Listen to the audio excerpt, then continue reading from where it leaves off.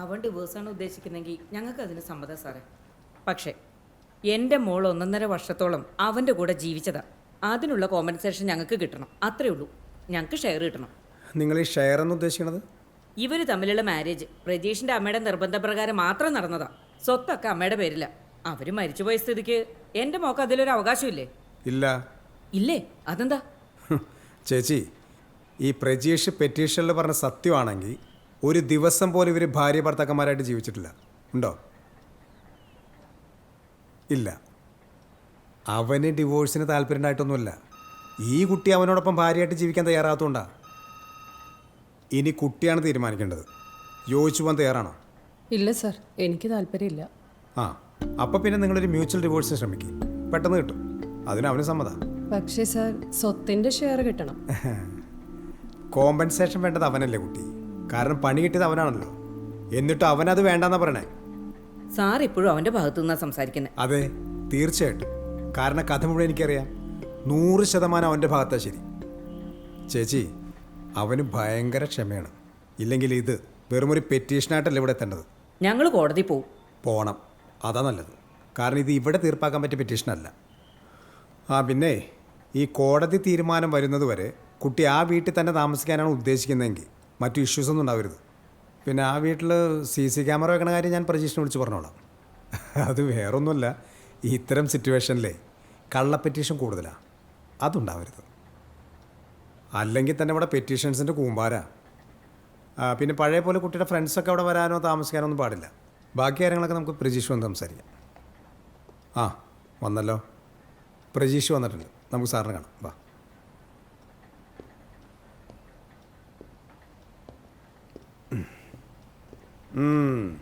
ഒറ്റയ്ക്കിരുന്ന് ഫുഡ് അടിക്കണ അത്ര നല്ല ശീലമല്ല. വീട്ടിൽ നിന്ന് കഴിച്ചിട്ട് വരുന്നവർക്ക് അങ്ങനെയൊക്കെ പറയാം. ആ, ഞാൻ തന്നെ സാറിനെ വിളിച്ചിരുന്നല്ലോ വൈകിട്ട്. ഔട്ട് ഓഫ് റേഞ്ച് ആയിരുന്നു. ഞാൻ തന്നെ കുജിത്തന്നിലായിരുന്നു, സിസ്റ്ററിന്റെ വീട്ടിൽ. അവിടെ വെച്ച റേഞ്ചിന്റെ പ്രശ്നമാണ്. ഈ കേസ് എന്തായി? ഇത് രണ്ടുപേർക്കും ഡിവോഴ്സിനാണ് താല്പര്യം. പക്ഷേ ഈ കുട്ടിക്ക് സ്വത്തിൽ ഷെയർ വേണമെന്നാണ് പറയണത്. സാറേ, കല്യാണ സമയം 1 രൂപ പോലും സ്ത്രീധനം ഞങ്ങൾ വാങ്ങിയിട്ടില്ല. ഞങ്ങൾ ചോദിച്ചിട്ടുമില്ല, അവർ തന്നിട്ടുമില്ല. ഈ കുട്ടി അണിഞ്ഞ സ്വർണവും പണ്ടോ എല്ലാം തന്നെ ഇപ്പോഴും വരെ കയ്യിൽ തന്നെ ഉണ്ട്.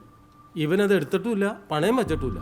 പിന്നെ ഇവൻ്റെ അമ്മയുടെ സ്വത്തിന് അവകാശം വേണമെന്നൊക്കെ പറഞ്ഞാൽ അത് ന്യായമാണോ സാറേ? നിങ്ങളാരാ? എൻ്റെ അമ്മാവൻ്റെ പണം സാറേ. ഇവന്റെ അമ്മയുടെ വാക്ക് കേട്ടിട്ടാ സാറേ ഞാൻ ഈ കല്യാണം നടത്തി കൊടുത്തത്. എന്നിട്ടിപ്പോ എൻ്റെ മോളുടെ ഭാവി തൊലഞ്ഞില്ലേ? നഷ്ടപരിഹാരമായിട്ടാണ് സ്വത്തിന്റെ ഷെയർ വേണമെന്ന് ഞാൻ പറയുന്നത്. അതിന് ഞാൻ അവള് വേണ്ടാന്ന് പറയല്ലോ. അവളല്ലേ എന്നെ വേണ്ടാന്ന് പറയുന്നേ. ഭാര്യയായിട്ട് എൻ്റെ കൂടെ ജീവിക്കാൻ തയ്യാറാണ് ഞാൻ ഇപ്പോഴും. ഓക്കെയാ? എനിക്ക് ഇയാളെ വേണ്ട സർ. നിനക്ക് ഞാനെന്നില്ല, ഒരാണുങ്ങളെ നിനക്ക് പറ്റൂല. എന്റെ താല്പര്യങ്ങളൊക്കെ വേറെയാണല്ലോ. നിനക്കതിനെ പറ്റിയ വേണ്ട വേണ്ട. ഈ കാര്യത്തിന് പരസ്പര ധാരണയില്ലാതെ സ്റ്റേഷനിൽ ഒരു തീർപ്പില്ല. അതിന് നിങ്ങൾ കോടതിയിൽ തന്നെ പോകണം. ഞങ്ങൾ കോടതി പോവും. ആയിക്കോട്ടെ, പോയി സാറിനെ കാണാം. ജോജോ, സാറേ, ഒരു PCC, പേര് ഫിൻസർ, അപ്പൻ്റെ പേര് മുഹമ്മദ് അലി. അപേക്ഷ തന്നിട്ട് 2 ദിവസമായി. വൈകുന്നേരത്തേക്ക് കൊടുക്കാൻ പറ്റും നോക്കി. നോക്കാം സാറേ. കേസും പ്രശ്നങ്ങളൊന്നും രാജമെമ്പർ പറഞ്ഞിട്ടുണ്ടേ. എന്നാലൊന്ന് വെരിഫൈ ചെയ്തേ. മനസ്സിലായി സാറേ. ആയിക്കോട്ടെ. സാർ എവിടെ നിന്ന് വരാൻ പറഞ്ഞിട്ടുണ്ടായിരുന്നു? ആര് പറഞ്ഞു? ആരുടെ? വിനീത മാഡം, അങ്ങനെയാ പേര് പറഞ്ഞു. വനിതാ സാറായിരിക്കും. വനിതാ സാറേ, ആരോടെങ്കിലും വരാൻ പറഞ്ഞിട്ടുണ്ടായിരുന്നോ? അവര് വന്നോ? വന്നിട്ടുണ്ട്.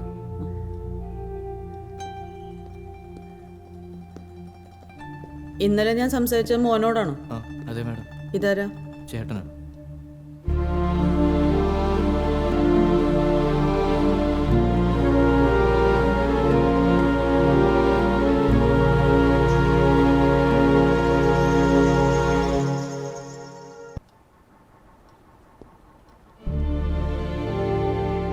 ഇരിക്കട്ടോ, വിളിക്കാം.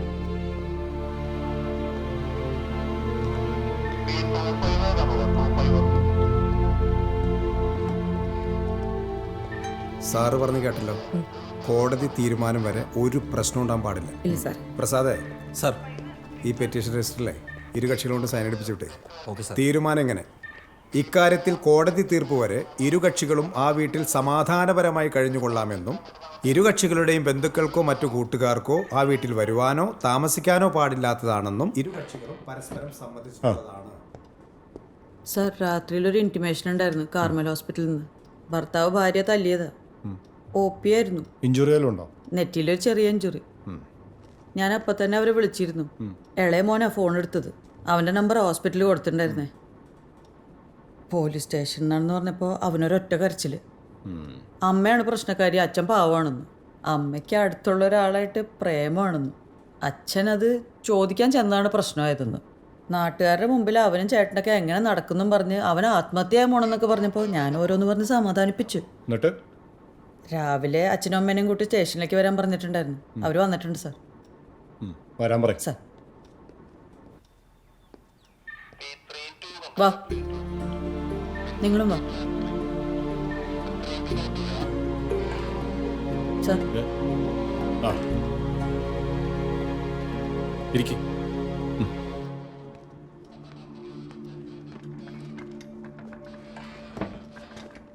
മക്കളാണല്ലേ? ഒന്ന് പുറത്തേക്ക് ഇറങ്ങി, ഞാൻ ഇവരോട് സംസാരിക്കട്ടെ.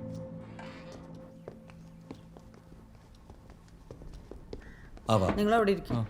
ആവലാതിക്കാരന്റെ പരാതിയെ തുടർന്ന് എതിർകക്ഷിയായ ആവലാതിക്കാരന്റെ ഭാര്യയെ സ്റ്റേഷനിൽ വിളിപ്പിച്ച് സംസാരിച്ചതിൽ ഈ കാര്യത്തിൽ ബഹുകോടതി തീർപ്പ് കൽപ്പിക്കുന്നത് വരെ എതിർകക്ഷിക്ക് ആവലാതിക്കാരന്റെ അമ്മയുടെ പേരിലുള്ള വീട്ടിൽ താമസിക്കാവുന്നതും എന്നാൽ വൈഫിന് വീണ്ടും സുഖമില്ലാണ്ടായി, ഹോസ്പിറ്റലിൽ അഡ്മിറ്റ് ചെയ്തു. ഇന്നും നാളെ തന്നെ ലീവ് കാണിക്കും. ഐപിയോടൊന്ന് പറ.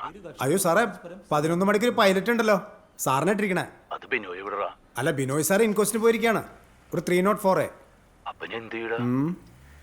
നമുക്കേ AB സാറിന് വിടാം. പുള്ളി ലീവ് കഴിഞ്ഞ് വന്നിട്ടുണ്ട്. കുറച്ചു നേരം കഴിയട്ടെ, ഞാൻ IPയെ വിളിച്ച് പറഞ്ഞോളാം. Okay sir. എടാ ജോജോ, നമ്മുടെ അഷറഫ് സാറിൻ്റെ വൈഫ് വീണ്ടും ഹോസ്പിറ്റലായിരുന്നു. 2 ദിവസം ലീവ് കാണിക്കാൻ. 11 മണിക്കൊരു പൈലറ്റ് ഉണ്ടല്ലോ സാറേ. അത് AB സാർ പോയിക്കോളും. ശരി. നമസ്കാരം, പള്ളിക്കര PS. നമസ്കാരം സാറേ, ഒരു ഇൻറ്റിമേഷൻ ഉണ്ടല്ലോ. തഗ്ദീസ് ഹോസ്പിറ്റലിൽ നിന്നാ. ഒന്ന് ഹോൾഡ് ചെയ്യണേ. സാർ.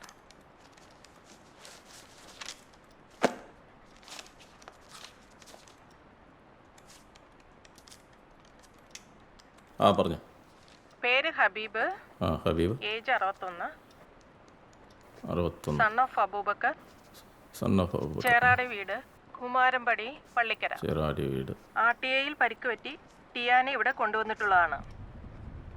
ഇന്ന് രാവിലെ 9 മണിക്ക് പുക്കാട്ടുപടി അക്ബർ ഹോട്ടലിന് മുമ്പിൽ വെച്ച് റോഡ് ക്രോസ് ചെയ്യുന്ന സമയം സ്കൂട്ടർ ഇടിച്ചാണ് അപകടം സംഭവിച്ചത്. ആൾക്ക് പരിക്കെങ്ങനെയാ? നല്ല പരിക്കുണ്ട് സാറേ. വലതുകാലിന് ഒടിവും തലയുടെ പിൻഭാഗത്ത് ആഴത്തിലുള്ള മുറിവുണ്ട്. ആളെ ഇവിടുന്ന് ലിസി ഹോസ്പിറ്റലിലേക്ക് റെഫർ ചെയ്തിട്ടുണ്ട്. ഫോൺ നമ്പർ തരാം. പറഞ്ഞു. 99 61 61 98 13 36. സാറിന്റെ പേര് പറയാമോ? എസ് ശിവൻ. ശരി സാറേ.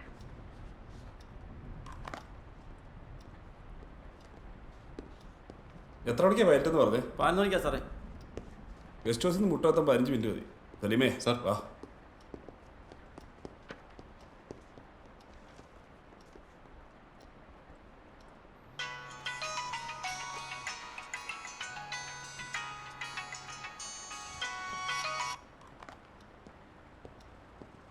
ഹലോ, എന്താ അമ്മ വിളിച്ചത്? മോളെ ദർശൻ പിന്നെയും വിളിച്ചുട്ടോ. മോള് മനഃപൂർവ്വം ചെല്ലാതിരിക്കുവാന്നാ അവൻ പറയുന്നേ. ചുമ്മാ ചീത്ത വിളിക്കുക. ആര്? അമ്മേനെയോ? എന്നെയല്ല, മോളെയാ. എന്നെ അത് വിളിച്ചോട്ടെ, എപ്പോഴും ഉള്ളതല്ലേ. മോള് വേഗം ഒന്ന് ഇറങ്ങാൻ നോക്ക്. കുട്ടികൾ പേടിച്ചിരിക്കുകയായിരിക്കും. മോക്കൊന്നവനെ വിളിക്കാവോ?